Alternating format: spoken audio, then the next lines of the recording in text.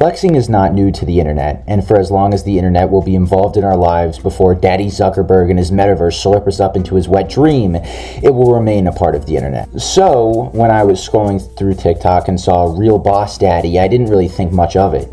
The name was certainly straight to the point, which I found rather humorous, but it was the content of the TikTok, or the hook to be more specific, that made me stop and watch. How to spot a 30K millionaire. What they wear. Off-White, Supreme, Yeezys, labeled out Louis Vuitton or Gucci belts. Dead giveaways. Watches. Basic Rolexes are a common one. Especially GMTs and Submariners in stainless steel. Of course, not solid gold because they can't afford it. Or even worse, an oversized Breitling. Ugh. I love how this is coming from the man who has a painting of his face exactly behind his actual face and is also wearing a watch.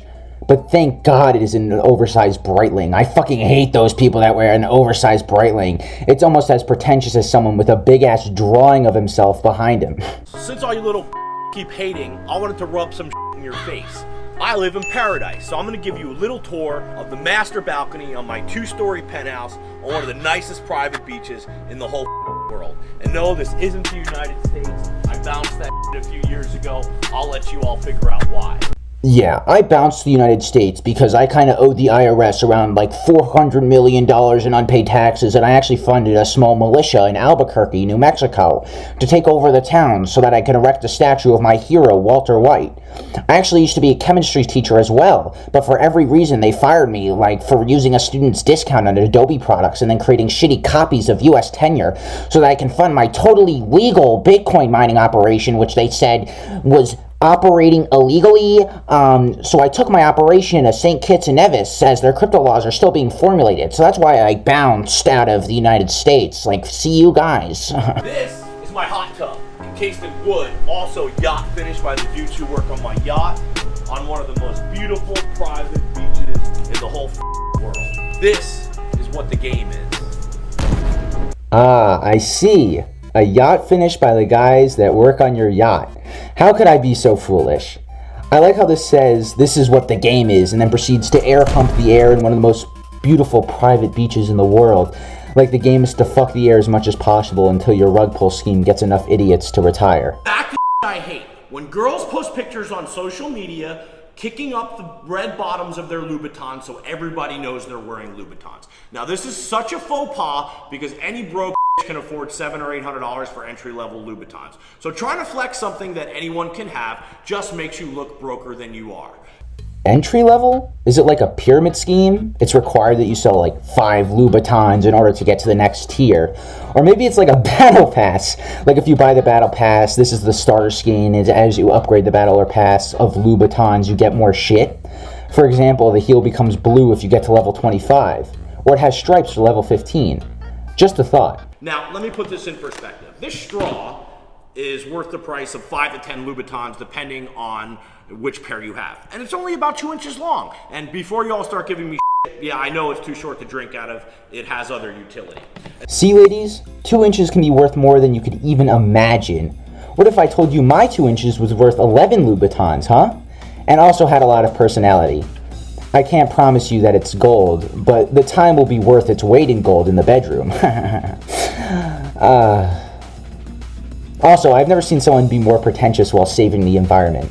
My man's the ultimate Visco girl. He evolved from the Hydro Flasks and the Sun Trees and got himself a massive crate to hold his 2-inch gold straw in. If any of you TikTok clowns are debating whether or not I'm actually badass, well, I just drove my G-Wagon onto a golf course. I'm actually on the green right now, sitting on my G-Wagon. Why the am I doing this? Because I'm badass as because I can. Zero.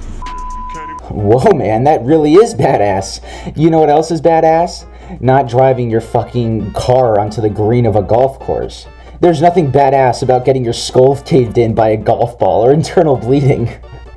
But I have to admit, I'd rather be bleeding internally in a G-Wagon than be sitting in my chair in my room making a YouTube video about some dumbass who drove their G-Wagon onto the green of some golf course just to get his head caved in by a golf ball. Another lesson in being badass. So yeah, you're looking at my 2 hot girlfriends, and yes, they do have t-shirts with pictures of me adorned on them. Is this guy hosting a coding convention or something? Why do they have t-shirts?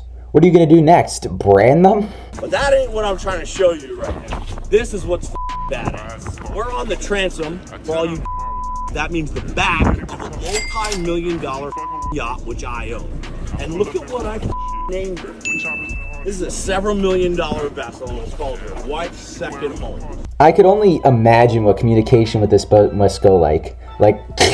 Your wife's second home, you are venturing into international water, and which is not legal whatsoever, and us, the ocean police, which is more realistic than a boat being named your wife's second home, are gonna have to pull you over. Pull what over? Over. Pull you over. I don't understand. What are you pulling over? Over. I'm so over this. You're over what? Over. So I have some advice for you guys if and when you do start getting late. You probably encounter a situation where a girl just keeps texting you and won't leave you alone. It's fucking annoying. Typically, my approach to this situation in the past was to just slow down my text response time, and over the matter of 2 or 3 weeks, she subtly gets the hint and goes away. I do this because, well, I'm a gentleman and I don't like outwardly hurting girls' feelings. But today I had a thought. Honesty is usually the best policy. So, I was honest, and I texted the bitch this. And I suggest you all do the same. Don't slow roll that shit.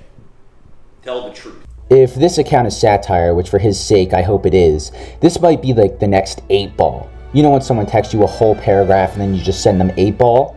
Well, if you want to inflict double the damage than 8-ball does, then just text them, I want to bang your sister. If they don't have a sister, then just insert mom where sister would be.